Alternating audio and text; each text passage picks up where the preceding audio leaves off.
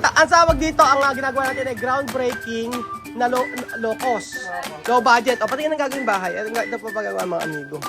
Ayan. Ito po ang itsura niyan mga amigo. Ayan. So, ayan po ang titingnan nyo mga amigo. So, bali, Kuya Bed, yung pakihawak naman. So, bali, ito ang, ito na yung sa pinaka-wall. Firewall. Ibig sabihin naka-firewall sa kabila. Grabe ng gilid po. So, sagaran. Oh, okay. Tingnan mo na. Sa babayaran.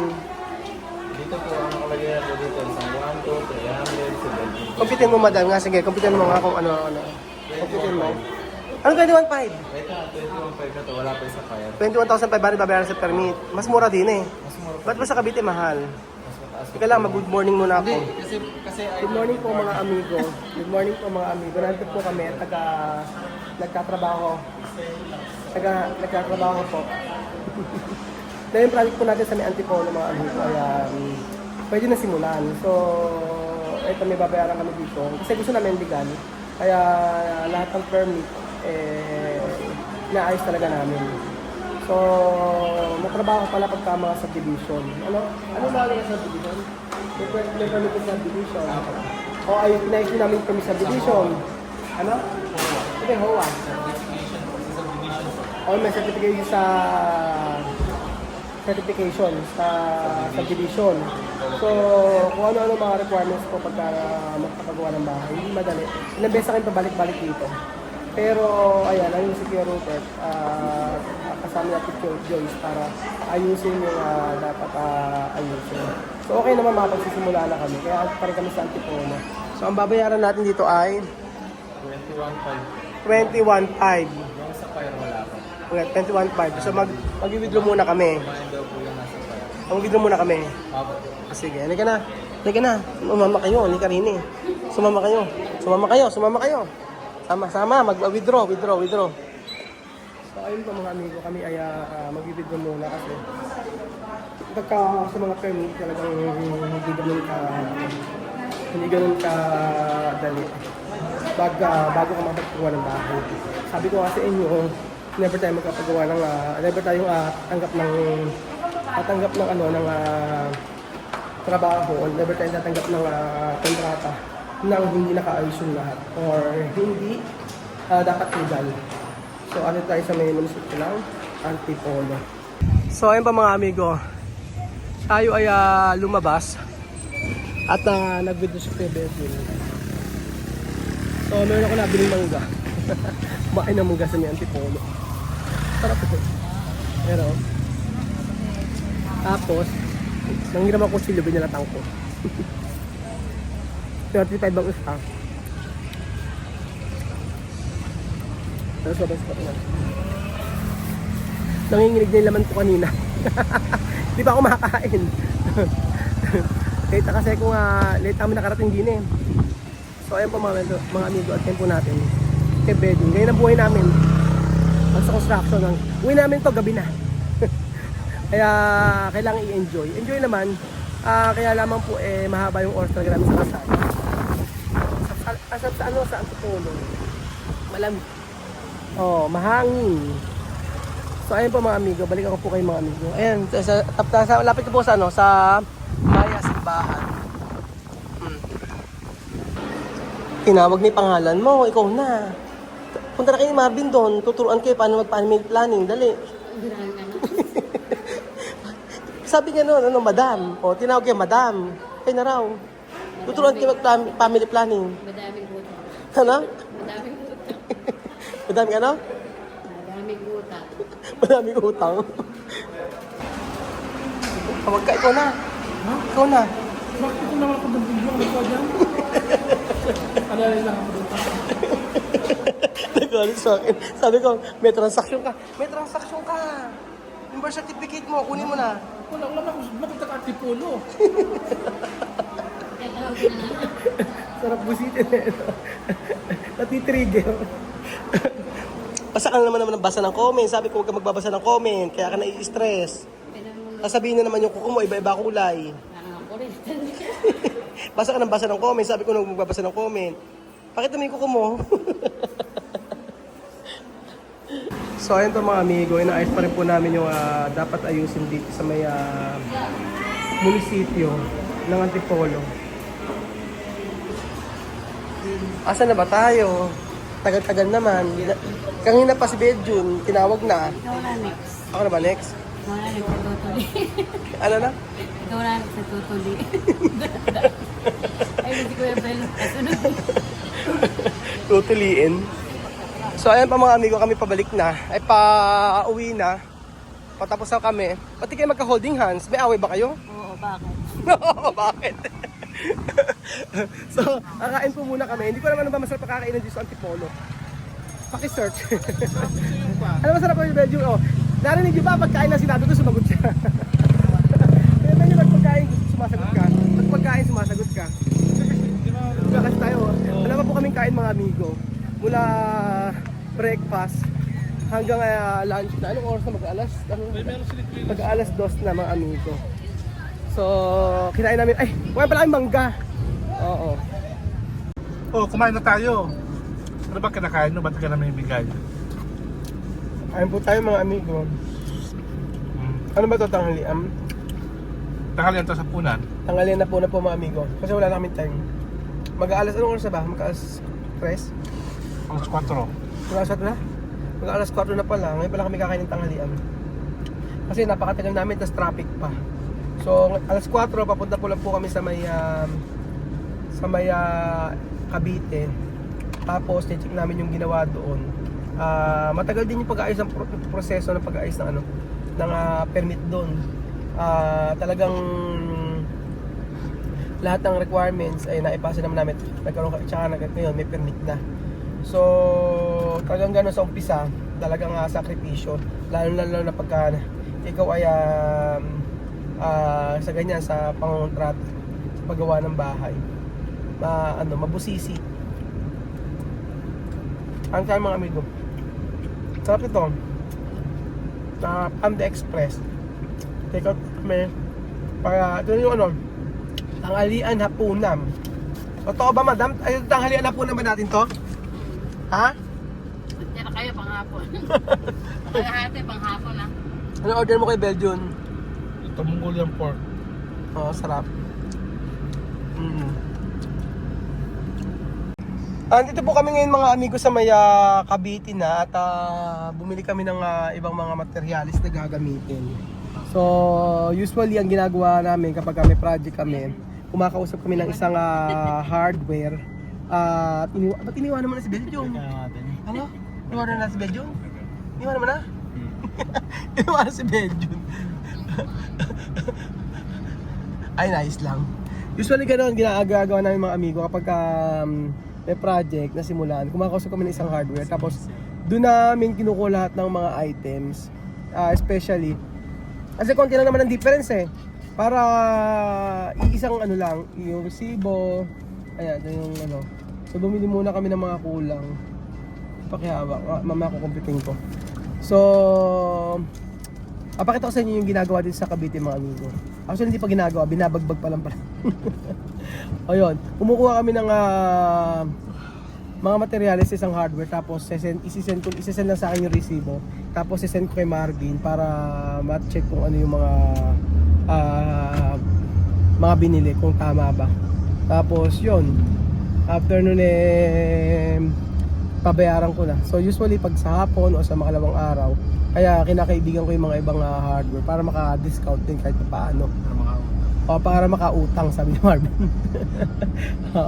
Yun nga, yun ang ginagawa namin. Ayun namin kasi sa experience namin sa pagpapagawa, meron nangyari sa ibang hardware kumuha ng ganito, sa ibang hardware kumuha, hindi maganda yung ganun. Mas maganda isa na yung kausap natin para at least alam natin yung mga presyo talaga. So andito na po tayo mga amigo sa ating pinapagawa. Ilang araw pa lang naman kasi medyo matagal po kasi mga amigo yung medyo matagal yung pag-aayos ng permit. So halika, pasukin natin mga amigo. Kuya Belgium, handa ka na ba? Ano? Wala nga papasukin, tibag na. Tibag na pala. O, halika na madam, let's go. So andito po tayo mga kababayan ko. O, ayan. Dahan-dahan. Teka lang, baba ko yung hagdan. Baba ko yung hagdan, saglit! Kala ko, huwag ka ng laki. Okay na, ibaba yung hagdan. Alam nyo. Alam nyo, ako, ang height ko, 4'2". Si Madam, 4'1", 3'9". Ay, bakit binagbag nyo lahat? Lagot kayo. Kaya puta ka raw doon. Ayan na. Ay, hirap bagbagin. So, andito na po tayo. Enti pala si ano eh. Paano to? Kabugok. Kabugok ba? Hindi, si Petty. Kapiste? Ano, kapiste? Ano? Kahogeng. Kahogeng! Ano pala si Kahogeng? Oh. Sino ba yung mga kasama rito? Ba't Petlog. lilima lang kayo? NPA? Ba't lilima lang kayo nagbabaklas? 5 nga lang muna sila. Oo. Tapos, Ano ba, madam, tumulong ka nga dito para may trabaho ka? ako pa yung may pakinaba, ikaw nga walang pakinaba kung di kumain. Napas ka sulod. Alam nyo, ano tayo, tawag doon? Groundbreaking. Sige na, madam. Hawakan mo na yung pala mo. Ayan na, hawak mo na yung pala, di ba? Hindi rin pala, ano duwende. Oh, ayan na. Oh, ito, medyo nalika. Ay rin. Oh, patutuloy mo kayo, no? Groundbreaking nga tayo, eh. Sige, simulan mo. Ito. Babagbagin mo. Sige, game. 1, 2, 3. Teka, baka madisgrasya. Ganon. Ito naman, madam. Try mo. Ay, sira na agad. Annabelle yun. Ganon. Try mo. Malaki nga, malambot na. Yung pala mo, iwanan yung pala mo. Ge. Pag ikaw yung nakampas, Ayun. Sige. malambot. Ge, basagin mo na. Hindi kaya. Hindi kaya. Tanggal na yan. Tanggal na ba yung So, ayan pa mga amigo. Ito na po yung binaklas. Marvin, ito niya tatagan to. Ito, hindi po. Padir ka biya. Pader niya. Saan nalagay yung bahay? Hindi, padir na to dyan. Saan nalagay? Yan, ibibigyan na. Nasa lang to. Saan nalagay bahay? Dito pa rin po. Tatagos doon. Sa gitna. Sa gan. Tapos yung harapan, mag-a-allow sa 1.5. Yun nasa plano. Hanggang saan ba? Dito po, mag-a-adjust ko dito. Dito na ako sa harapan. I-adjust pa yung sa harapan. Yung gate, babaguhin din. Yung fence lang po. Yung gate po. Lalakayan po natin kung maliit po. Sige, gagawin natin. Tignan mo nga. Sa gate, paano gagawin? Babagbagin to. Apo, yung isa po. Lalakayan po Ito babagbagin to. Yung isa. Oo. Tapos po, ito po padala natin. Ilalapit dito. Ano? Yung padala po na ito, idadasig po kasi dito. Okay. Asan may plano? Patingin niya, Marvin. Makisuyo ako. Ano na? Asan mo? Sinasabi ka eh. Alam mo? Ano? So ayun pa mga amigo, papakita po ni Engineer Marvin yung ano. Ay po. Ano? Ito po yung mga permit natin sa demolition. Ayan ako. Tayo ay certificate of demolition, meron tayo niyan. Galing sa barangay. Galing sa barangay. So legal tayo. May building permit tayo, naka-LL tayo. No? Siyempre para maipaliwanag lang. Oo. Kasi siyempre may mga magsasabi na meron ba kayong permit? Si Kuya Bel daw, hindi bumababa sa sasakyan. Oo, ay bumaba na nga. So, alam ko lang natin tarpaulin. Avatar po. Ngayon tayo, mag-groundbreaking na tayo. Okay, mo. Pwede tawakan nyo, kunya ito yung natin. Hawakan nyo, groundbreaking na to. Pwede tumakan ka. Yan na yun. Okay. Umawa ka din, madam. Ito na yung groundbreaking. Dito nakabit na kapag pag-tarpaulin eh. Kulang yung budget. Oo. May bayad eh. Ayan o, picture ko kayo o. So, ang title nito, groundbreaking. Ganun ba? Groundbreaking. Groundbreaking. Grounded kasi maraming wire. Baka naman kuryente ka ba dyan? Ang tawag dito, ang ginagawa natin ay groundbreaking na low cost. Low budget. O, pati ang gagawin bahay. Ito po pagagawa mga amigo. Ayan. Ito po ang itsura niyan mga Ayan, puro amigo. breaking Ayan. So, ayan po ang titingnan nyo mga amigo. So, bali, Kuya Benji, pakihawak naman. So, bali, ito ang, ito na yung sa pinaka-wall. Yung firewall po. Ibig sabihin naka-firewall sa kabila. Kabilang gilid po, firewall. So, sagaran. Sagad na. Okay. Alang ano? Walang parking. Wala nga po. Walang parking. Wala na pong pare. Hindi niya pinlagyan ng parking. So, ayan po mga amigo. Ayan. Ayan po ang kalalabasan. Hindi kami nagpagawa ng tarpaulin, pero ito na yung groundbreaking natin. Si pala. Madaming pala mo, kunin mo na. Sige na, madam. Groundbreaking dahil may pala. Okay. Pala eh. Iyamak mo. Pala yan. Okay, baba mo. Sinsin ano mo na gano'n, tulos mo na. Itutulos mo na. Saksak mo kay Kuya Vincent. Paano ba? Okay. Groundbreaking nga, oh. Baka naman bangkuhin mo kapag kinakain. Ay, salaksakin kita. 1, 2, 3. Ayan, groundbreaking. Natatawa. Ayan. Ayan, baka tumama pa dun. Op. Tawad ka. So, ito ay kahapon. Yung Marvin, yung mga bakal na to, bebenta natin. Kailangan natin ng pera. Ito, ibebenta natin. Hindi, meron Yun, na babay. may-ari. Meron kami ari niyan? Bakit? Baka naman makahulog Marvin. Oh, may kumuha na ng mga ito lahat niyan. So ngayon lang nasimulan mga amigo. Oh, kaya sa mga nagsasabi po sa amin na wala po kami permit na ganyan. Hindi po yung totoo. Meron kami building permit, kompleto po kami hanggang demolition lahat po. Never kami mag-start ng project ng walang issue Walang issue sa paggawa namin kasi gusto namin talaga lahat ay legal. Hanggang sa nung nagpagawa kami sa resort po lahat po nun legal po. Ayaw namin ng may hocus-pocus, ayaw namin ng ganyan. Ayaw namin mga under the table, ayaw namin mga ganun-ganun. So, may mga cases, mga amigo na may pinupuntahan kami na ginagawa tapos pagkayari yung kanilang pinunuro nanghihingi, may mga ganon. Laki ng mga hinihingi. So, ayaw namin ganun. As much as possible, mas maganda yung legal tayo. Legal tayo sa pagkapagawa. So, itong mga tauhan natin o mga worker natin, magagawa natin mga amigo, ay meron silang apartment dito, kinuha namin apartment. Tapos para doon sila mag-stay. So, may pa-rice tayo. Yung rice, sila nang bahala magluto noon. May tagaluto din naman. Tapos, may mga naman tayo. Kagaya ng rice, malaking bagay yun para sa kanila na libre na. And then, eto na po mga amigo. Ang tagal na nito. Pero talaga sa permit na hirapan kami. Pero at least sulit naman dahil kahit paano sa pag-aantay namin matatapos. So sa ating kaibigan na nasa ibang bansa na nagpapagawa nito. So don't worry, matatapos ito ng maayos. So ayan. Tinanggal na lahat ng dapat tanggalin. So ito ang groundbreaking na walang pagkain. Groundbreaking na ano to? Ang tawag sa groundbreaking na to? Low cost. Low cost. Low cost ba? Low cost. Madam dito, saan? Asan? Saan ang anak ni Madam? Naman dito. Ikaw lang dito nagtrabaho? Hindi sa sa may Batangas. Sa Ikaw lang, Batangas. tapos ka doon? Hindi pa tapos, meron pang inaasa. Meron pa. Ay, asan nga pala yung anak mo, madam? Di ba sa Batangas. Nasa Batangas nga. So, ayun mga amigo, aayusin po natin ito ng maayos. At para po ito sa mga kababayan natin na mga nagkatrabaho na gusto natin dire-diretso po yung trabaho. So kayo, kapag may gusto nyo kayong paggawa, message po ako. Don't worry, aayusin namin kung anong dapat ayusin at saka kung ano nasa kontrata ay gagawin po namin. So, isa pa nga pala, minsan sasabihin na mga yung kailan matatapos, ganyan.